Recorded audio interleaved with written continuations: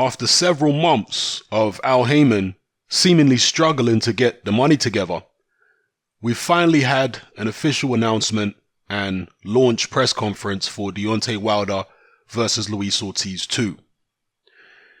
This is a bit of a strange fight because Deontay Wilder's focus has been on Tyson Fury or the winner of Anthony Joshua versus Andy Ruiz, particularly if it's Andy Ruiz.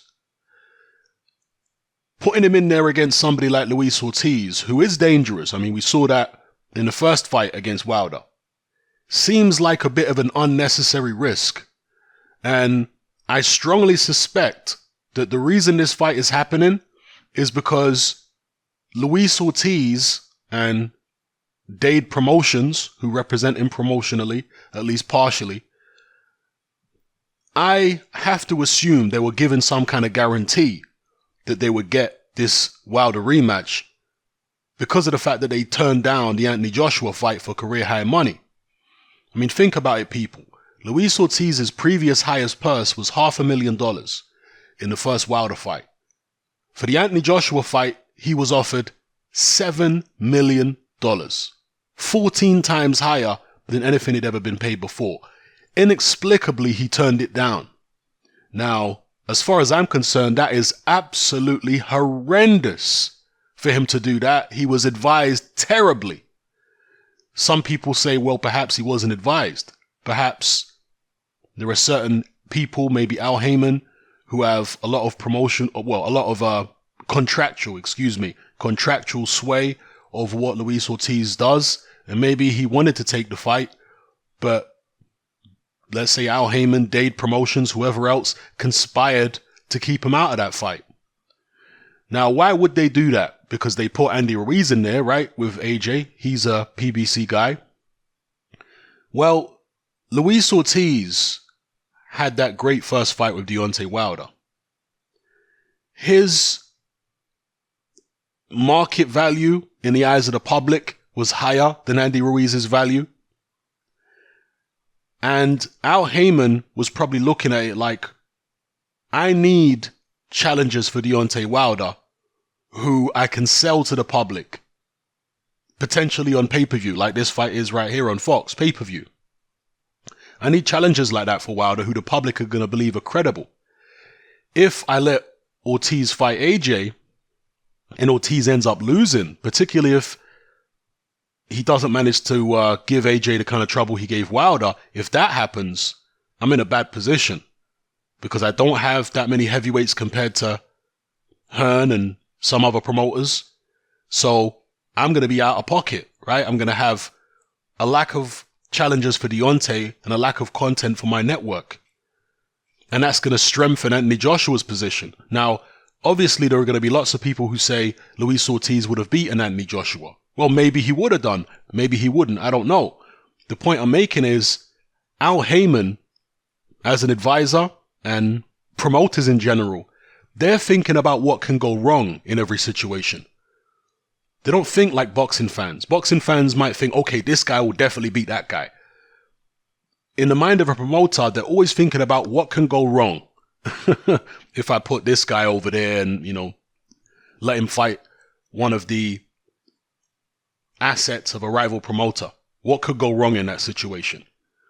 Yeah, they're always trying to plan 10 steps ahead. And if you're planning 10 steps ahead, you have to factor in the possibility that one of your guys loses. You have to factor that in as a businessman. Okay, so this is how Al Heyman must have been thinking when it came to advising Luis Ortiz, or maybe just outright blocking Luis Ortiz from taking the AJ fight. With that being said, if there was some kind of guarantee there for Ortiz to get the Wilder fight, and look, there's really no comparison between what Ortiz was offered for AJ and what he was offered, or what he's been going to be paid for the Wilder rematch, because on DAZN, the $7 million he was offered to fight AJ was guaranteed money. That was cast iron, set in stone. We know DAZN have got the paper. We know they're paying out crazy purses. It's no secret. $7 million was cast iron, guaranteed. Okay? With Deontay Wilder fighting on Fox pay-per-view, fighters will normally have a baseline purse, which is guaranteed, which will be, relatively meager. And then they're looking to make the bulk of their purse from pay-per-view revenue. But if the pay-per-view flops, if it doesn't do very well, then you're not going to make much extra money above your baseline. So you're kind of going in a little bit blind. It's a bit of a shot in the dark when you're doing pay-per-view. And so Luis Ortiz doesn't really know what he's going to be getting for the Wilder rematch. He knows his baseline, but how much is he going to get in on top? He doesn't know. I seriously doubt that he'll be getting anywhere near 7 million when all the figures are tallied up and whatever. Seriously doubt that.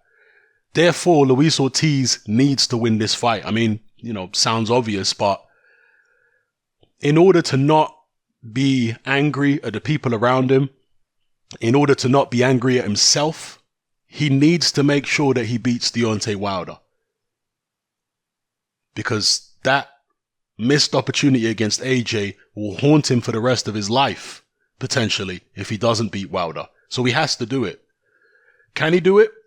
Well, it's possible. He came close to doing it in the first fight. I think most people would agree that he was ahead after the first few rounds against Wilder. I don't think he was schooling Wilder. People go over the top when it comes to Deontay Wilder. Wilder is an unorthodox, clumsy-looking heavyweight at times.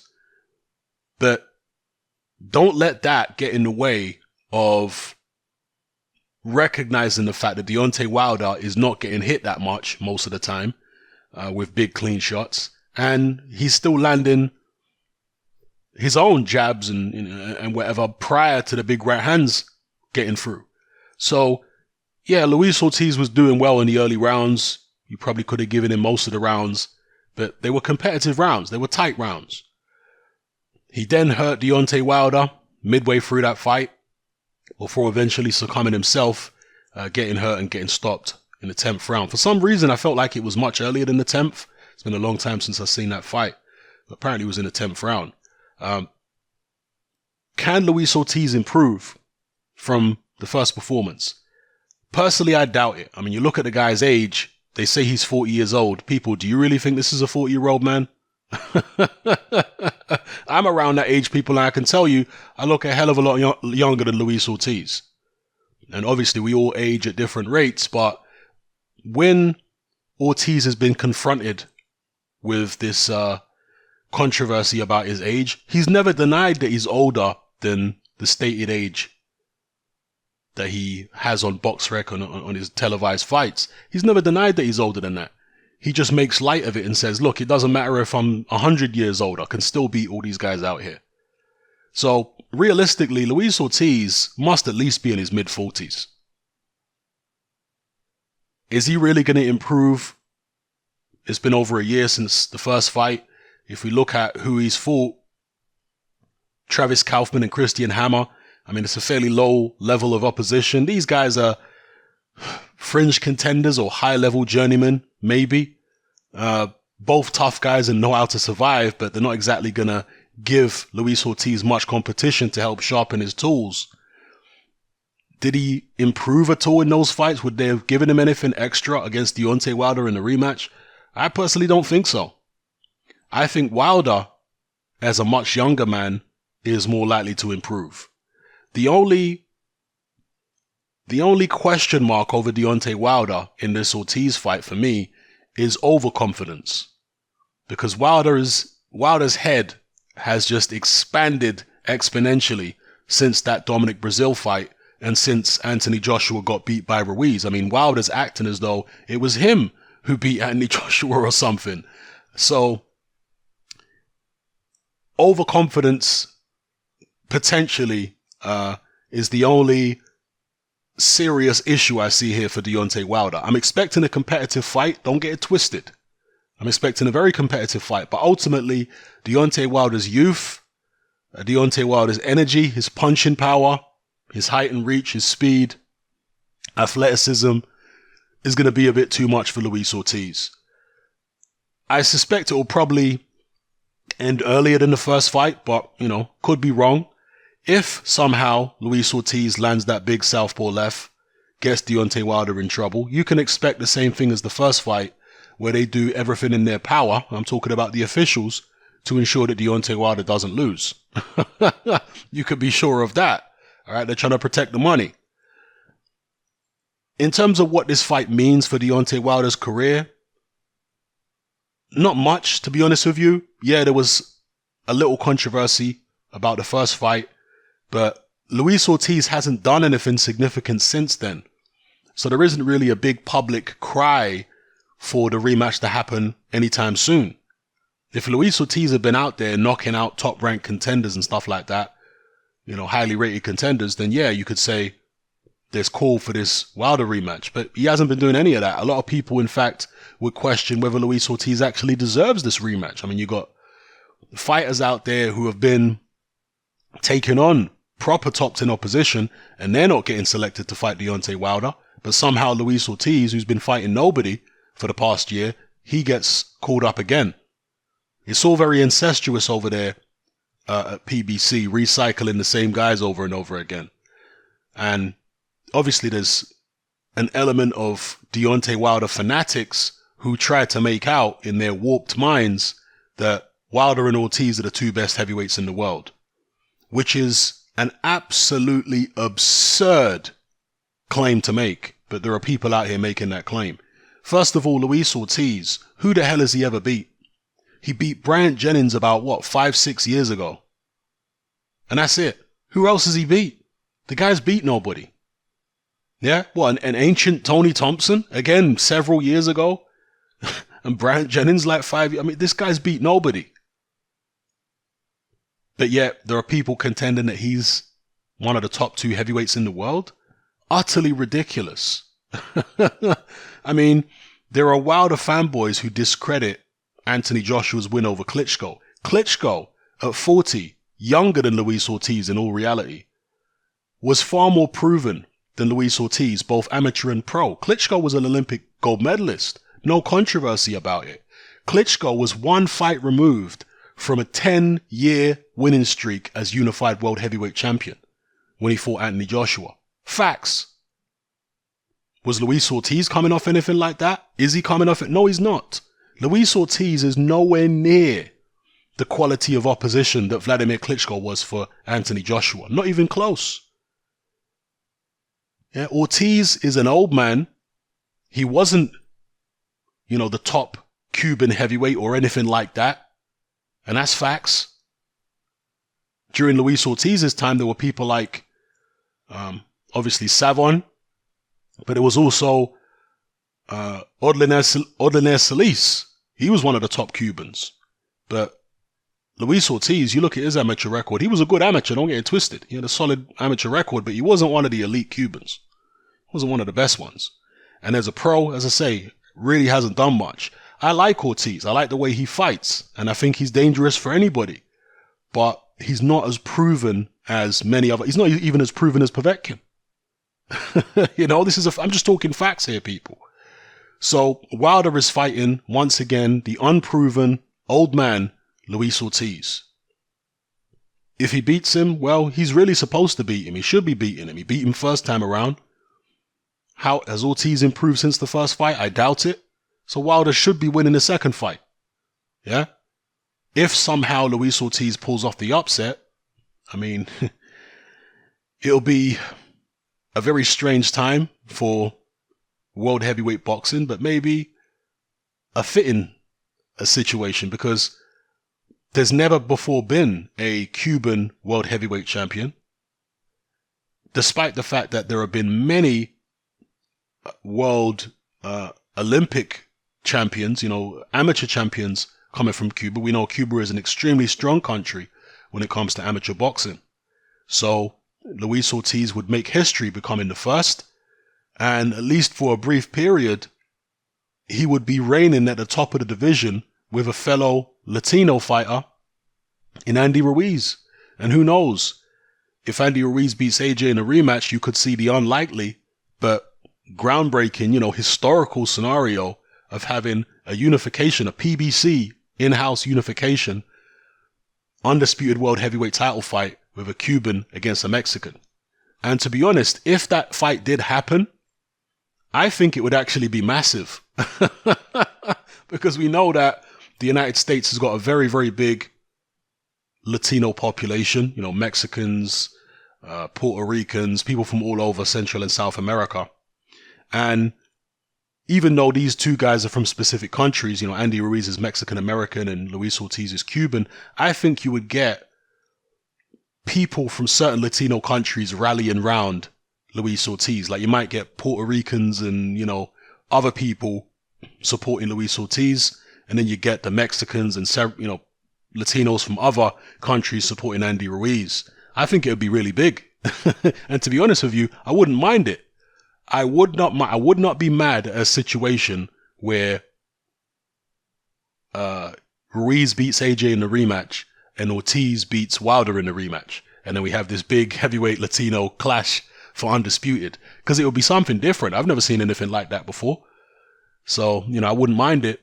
And if Luis Ortiz revealed his real age, he might even go down in the history books as the oldest heavyweight champion of all time.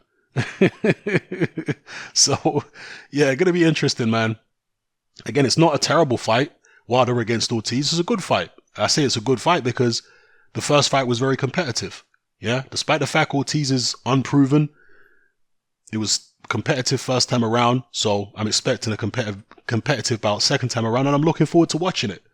In terms of how well this fight is going to do on pay-per-view, well, the fact that Showtime turned it down tells you a lot. They don't think it's going to do very well. They don't see it as financially viable.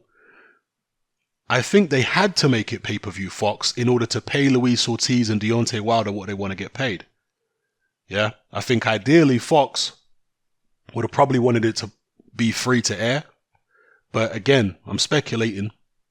But perhaps Luis Ortiz was guaranteed a certain figure if he turned down the Anthony Joshua fight.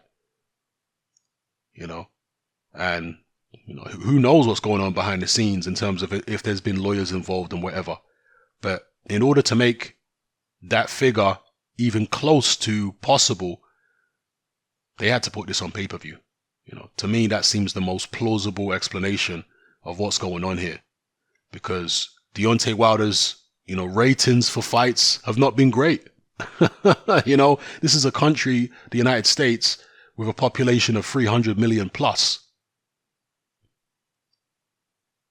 And on free-to-air Showtime, well, it's a cable network, but obviously it's not pay-per-view, so you do have to pay for a Showtime subscription, but it's relatively cheap. So I can't say free-to-air, but yeah, his Showtime, it was Showtime, right? Against, let's double check against Dominic Brazil. Either way, it was on, okay, yeah, it was Showtime. Excuse me, people. So yeah, it was Showtime. And how many viewers did it do on Showtime? It didn't do the kind of viewers it should be doing for a country of 300 million people. That's for sure. Yeah. If you had Anthony Joshua or even Tyson Fury fighting on free to air in the UK, it would do more viewers than Wilder versus Brazil did, despite the fact the UK has a population 5 times smaller than the United States. Yeah. So Wilder's viewing figures are not good. Even against Tyson Fury, where Fury really sold that pay-per-view, not Wilder. It did what? Was it 300,000 pay-per-view buys or something? I can't remember exactly how many it was. But Wilder wants to be this pay-per-view star. And I think they're going to have to, keep Luis Ortiz happy for turning down the AJ fight. Let me know what you guys think about this in the comment section below. Who do you think wins? Do you think it's going to be similar to the first one? Do you think there's anything different that Wilder or Ortiz can do? Who do you think is more likely to improve? Do you think Deontay Wilder is going to underestimate Luis Ortiz? Yeah, and how well do you think this is going to do at the box office?